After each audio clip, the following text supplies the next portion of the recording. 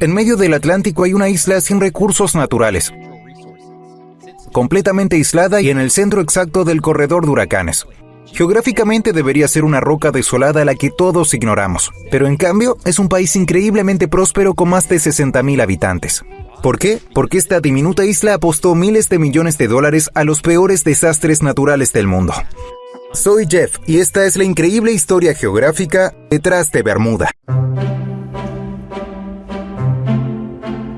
Cuando pensamos en Bermuda, imaginamos de inmediato el Caribe. La situamos cerca de Jamaica, Puerto Rico o las Bahamas, con un nombre similar y que está rodeada de vecinos tropicales y mares calmados. Pero esto es un enorme malentendido geográfico. De hecho, Bermuda ni siquiera está en el Mar Caribe. Se encuentra completamente sola en la vasta e interminable extensión del Océano Atlántico Norte. Para dimensionar su ubicación, el territorio más cercano no es otra isla. Es la costa de Carolina del Norte, en el Cabo Hatteras, que está a unas 650 millas o 1,050 kilómetros al oeste. Y para reforzar aún más este punto, si te subieras a un bote y navegaras hacia el este desde Bermuda, no volverías a tocar tierra hasta chocar con la costa de Marruecos en el norte de África, a más de 4,800 kilómetros. No hay otras islas para comerciar, no hay un archipiélago protector que rompa la furia del océano. Bermuda es un punto solitario del océano, lo que plantea la pregunta, ¿por qué está ahí? Y más sobre ese punto, ¿cómo aparece una masa de tierra solitaria en medio de la nada? La respuesta yace en las profundidades del océano, en un pasado violentamente explosivo. Bermuda es en realidad la punta de un enorme volcán submarino extinto, conocido como el Pedestal de Bermuda. Hace millones de años, un punto caliente geológico atravesó la corteza terrestre, expulsando lava y creando una montaña colosal que se elevó 4,500 metros desde el fondo marino. Con el tiempo el volcán se apagó y comenzó a hundirse, pero mientras se hundía ocurrió algo interesante. Organismos marinos microscópicos empezaron a construir arrecifes de coral al borde de la caldera que se hundía. Mientras los niveles del mar fluctuaban por las eras glaciales, estos arrecifes quedaron expuestos, hechos arena por el viento y las olas y compactados en piedra caliza sólida. Así que cuando caminas por Bermuda hoy, no lo haces sobre roca volcánica. Caminas sobre los restos fosilizados arrecifes de coral de millones de años descansando sobre una montaña volcánica sumergida. Pero ser un antiguo arrecife de coral conlleva una grave desventaja geográfica. Una desventaja que debería ser la vida humana aquí casi imposible. Como Bermuda está hecha de piedra caliza altamente porosa, no tiene absolutamente ningún recurso de agua dulce natural. Piensa lo que eso significa para una civilización. No hay ríos para extraer agua, no hay lagos de agua dulce. No hay acuíferos profundos de los que bombear agua potable. Cuando llueve, el agua simplemente se filtra a través de la roca porosa y se mezcla abajo con el agua salada del océano. Para una tierra a cientos de kilómetros del agua dulce más cercana, esto es una pesadilla geográfica. No puedes cultivar los campos sin agua. No puedes sostener una gran población sin agua. Pensarías que esta falta de recursos básicos para la vida la haría completamente inhabitable. Sin embargo, los habitantes de Bermuda no solo sobrevivieron a esto, diseñaron una solución usando un brillantemente simple truco arquitectónico que involucra sus techos blancos escalonados. Algo de lo que hablaremos luego. Pero antes de llegar al ingenio humano, tenemos que hablar del agua que rodea la isla. Bermuda se asienta dentro del Mar de los Sargazos, una fascinante región del Atlántico y el único mar de la Tierra sin fronteras terrestres. Está definido por corrientes oceánicas que forman un enorme vórtice de movimiento lento. Más importante aún, Bermuda le debe su clima entero a una poderosa corriente específica, la corriente del Golfo. Aunque Bermuda está arriba del Trópico de Cáncer y por tanto fuera de la zona tropical, las aguas cálidas de la corriente del Golfo pasan junto a la isla y le dan un clima tropical similar al de las islas del Caribe. Esta cinta transportadora oceánica actúa como un enorme calefactor geográfico, creando un clima agradable todo el año y permitiendo que esos arrecifes prosperen mucho más al norte que en cualquier otro lugar del planeta. Pero este calor oceánico también es una espada de doble filo. El agua cálida es el combustible necesario para impulsar las tormentas más destructivas del planeta. Y la ubicación de Bermuda la coloca directamente en la línea de fuego de los huracanes del Atlántico Norte que suben por la costa este de América del Norte. Es un blanco literal en el océano. La isla es rutinariamente azotada por huracanes de categoría 3, 4 e incluso 5, sin montañas que frenen el viento ni masas de tierra grandes que absorban la marejada. Bermuda recibe el bruto e implacable embate de la furia del Atlántico. Por toda lógica, una isla plana y aislada, sin ríos, sin recursos naturales y con la garantía de tormentas catastróficas, deberían ser una roca desolada. Y durante mucho tiempo fue exactamente eso. Un lugar completamente evitado por la humanidad, una isla maldita. A diferencia de casi todo el resto del mundo, durante millones de años Bermuda estuvo completamente sola. Y cuando el humano empezó a cruzar los océanos, siguió así. De hecho, cuando el capitán español Juan de Bermúdez avistó la isla en 1505, hizo un descubrimiento crucial. No había absolutamente nadie. Cero población nativa. A diferencia de las islas del Caribe, hogar de civilizaciones indígenas prósperas, el aislamiento de Bermuda significaba que nunca había sido descubierta. Era una pizarra en blanco total. Sorprendentemente, los españoles no la querían. Cuando los marineros se acercaban, sus barcos de madera eran destrozados por los traicioneros arrecifes de coral ocultos. Los que sí lograban acercarse a la orilla, reportaban escuchar aterradores chillidos demoníacos que se oían en el bosque de noche. Los españoles la nombraron la Isla de los Diablos y la evitaron como a la peste. Resulta que los demonios eran en realidad los fuertes y espeluznantes llamados de apareamiento del ave fardela de Bermudas, mezclados con los gruñidos de cerdos salvajes dejados por naufragios anteriores. Pero entonces la isla fue declarada maldita y por eso permaneció vacía otro siglo. Haría falta un desastre natural enorme y aterrador para finalmente obligar a los humanos a sentarse en la Isla de los Diablos. En 1609, un barco inglés llamado Sea Venture transportaba colonos hacia el nuevo poblado de Jamestown, Virginia, pero en la ruta navegaron hacia un enorme huracán, viendo que se inundaban rápidamente. El almirante del barco divisó Bermuda y dirigió la embarcación hacia los arrecifes de la isla para evitar que se hundiera en el océano. Las 150 personas sobrevivieron. Pasaron 10 meses en la isla. Construyeron 2 barcos con los restos del naufragio y madera local para salir a Jamestown. Pero la isla había dejado una impresión. No estaba maldita y era muy hermosa. Así que algunos hombres ofrecieron quedarse para reclamarla.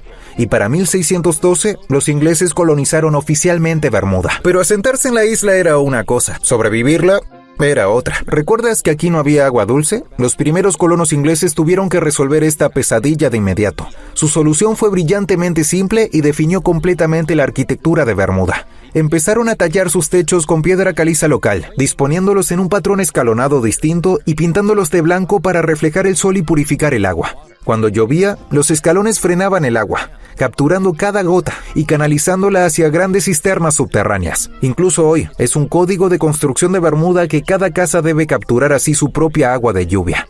Aunque habían resuelto el problema del agua, aún tenían un problema económico. Los colonos entendieron que cultivar productos como el tabaco no tenía sentido. La isla era demasiado pequeña y el suelo de piedra caliza muy poco profundo para competir con las plantaciones agrícolas de Virginia o el Caribe. Si no puedes cultivar y no tienes minerales que extraer, ¿cómo construyes una economía en una pequeña roca en medio del océano?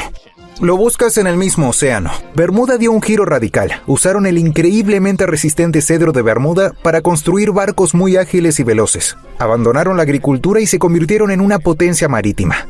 Los bermudenses dominaron el comercio regional de la sal. Y quizás lo más intrigante, recurrieron a la piratería. Una piratería organizada y patrocinada por el Estado. Por mucho tiempo, la economía de Bermuda se basó en interceptar legalmente barcos enemigos y llevarse su carga. Pero la era de los barcos a vela terminó y la piratería fue ilegalizada. Una vez más, Bermuda se enfrentó a la ruina económica. Necesitaba una nueva identidad. Y para entender cómo forjó su imperio moderno, hay que mirar exactamente quién es el dueño de Bermuda hoy. Podrías asumir que Bermuda es un país independiente. Tiene su propia bandera, su equipo olímpico y su propia moneda anclada al dólar estadounidense. Pero no es independiente. Bermuda sigue siendo un territorio británico de ultramar. El más antiguo, de hecho. Pero su relación con Reino Unido es muy inusual y crítica para su riqueza. Bermuda se gobierna casi en su totalidad. Tiene su propio parlamento y es una de las legislaturas continuas más antiguas del mundo. Fundada en 1620. Elige a su primer ministro y redacta sus propias leyes internas. El Reino Unido solo interviene en defensa militar y asuntos diplomáticos exteriores.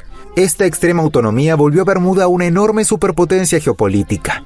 Como podía tener sus propias leyes, podía diseñar su propio código fiscal y decidió que no iba a cobrar impuestos corporativos sobre los ingresos. Este estatus híbrido único, protegido por el poder militar y la estabilidad del Imperio Británico, pero con total libertad para crear sus reglas financieras, creó el escape definitivo en la economía global. Bermuda se dio cuenta de que ya no necesitaba construir barcos ni asaltarlos. Solo necesitaba crear un puerto seguro, bien regulado y libre de impuestos para el dinero del mundo. Pero no solo se convirtió en un simple paraíso fiscal de segunda.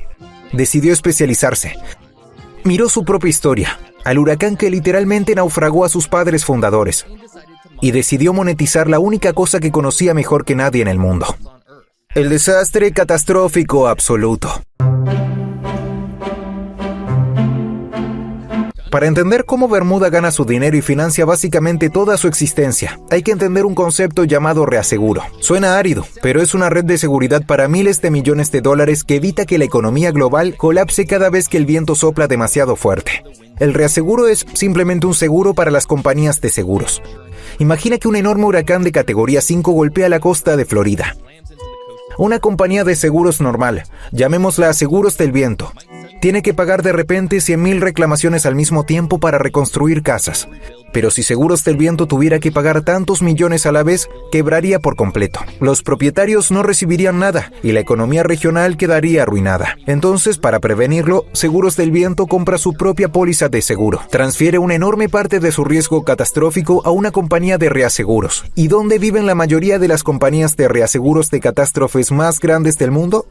En la ciudad capital de Hamilton, Bermuda. Gracias a su estatus como territorio británico de ultramar, su ausencia de impuestos sobre los ingresos y su cercanía a Estados Unidos, que tiene la mayor concentración de bienes raíces costeros costosos del mundo, Bermuda se convirtió en el epicentro absoluto del mercado global de catástrofes. Cuando un huracán llega a Estados Unidos, un terremoto sacude a Japón o los incendios arrasan California, muy a menudo son empresas bermudenses las que financian la recuperación. De hecho, tras los huracanes recientes en Estados Unidos, las reaseguradoras bermudenses han pagado casi el 30% de las reclamaciones de construcción. En esencia, actúan como un enorme amortiguador financiero para los peores días del mundo. Pero recientemente una enorme variable global ha entrado en la ecuación, llevando todo este modelo de negocio a un territorio desconocido. Debido al calentamiento global, el océano se está calentando. Y como aprendimos antes, el agua cálida es el combustible de los huracanes del Atlántico. Esto significa que los desastres naturales están aumentando su frecuencia y ferocidad. Ya vemos lluvias y tormentas más fuertes e intensas, y marejadas más destructivas. Ahora bien, podrías pensar que más desastres serían catastróficos para un país cuya economía entera se basa en pagar reclamaciones por desastres. Pero contradictoriamente, en realidad ha hecho a Bermuda más rica. Mientras los riesgos globales aumentan, los seguros entran en pánico. Necesitan transferir su riesgo ahora más que nunca, lo que dispara la demanda de los productos de reaseguro de Bermuda. Como el riesgo de tormentas es mayor, las empresas bermudenses pueden cobrar primas mucho más altas por su cobertura. Emplean ejércitos de los científicos climáticos, meteorólogos y analistas de datos más inteligentes del mundo para construir modelos matemáticos increíblemente complejos que dicen exactamente cómo y dónde golpeará una tormenta, permitiéndoles fijar el precio a la perfección. No están apostando, están haciendo predicciones altamente calculadas sobre el clima. ¿Y qué significa este movimiento financiero de $1 billón para la gente común que vive en la isla? A fin de cuentas, hay una población, aunque pequeña, viviendo en Bermuda. A pesar de su enorme presencia en la economía global, Bermuda es asombrosamente pequeña. La isla mide unos 54 kilómetros cuadrados. Para dimensionarlo, toda la isla de Manhattan es más grande que todo el país de Bermuda. Y en esta pequeña franja de piedra caliza vive una población de unas 64,000 personas. La población de un suburbio menor en los Estados Unidos. Pero gracias al enorme flujo de capital de reaseguro, Bermuda presume de uno de los productos internos brutos per cápita más altos del planeta, superando habitualmente los $100,000 por persona. La riqueza aquí es asombrosa. Las vías están perfectas. La infraestructura es muy resistente y el nivel de vida es excepcionalmente alto. Cuando un huracán golpea a Bermuda, la isla apenas parpadea. Sus casas de piedra caliza con techos escalonados y cisternas de agua son como fortalezas, y sus redes eléctricas pueden volver a funcionar casi de inmediato. Pero hay una trampa, y es dolorosa para los locales. Como Bermuda es una roca aislada de 54 kilómetros cuadrados, sin recursos naturales ni una gran agricultura, absolutamente todo tiene que ser importado por barco o avión. Cada gota de combustible, cada trozo de madera, cada coche y casi cada alimento que compras en el supermercado tiene que viajar cientos de kilómetros de océano para llegar ahí. Combina ese extremo costo del suministro con el enorme flujo de multimillonarios que inflan los precios inmobiliarios. Y Bermuda termina siendo uno de los lugares con el costo de vida más alto del mundo. Ganar $100,000 al año en Bermuda no te hace rico. De hecho, apenas te sitúa en clase media. Así que al final, Bermuda es una paradoja geográfica. Es una isla que debería ser inhabitable. No tiene agua, no tiene recursos y permanece sola a merced de los océanos más violentos del mundo. Sí, Pero gracias al ingenio humano, a la adaptación arquitectónica y a un giro brillante audaz hacia el mundo de las altas finanzas de riesgo, convirtió su mayor desventaja geográfica en su mayor activo económico. Espero que hayas disfrutado aprendiendo todo sobre Bermuda. Si fue así, mira este video sobre por qué el lugar en Estados Unidos que cambió el mundo está en Minnesota. Gracias por verme. Hasta la próxima.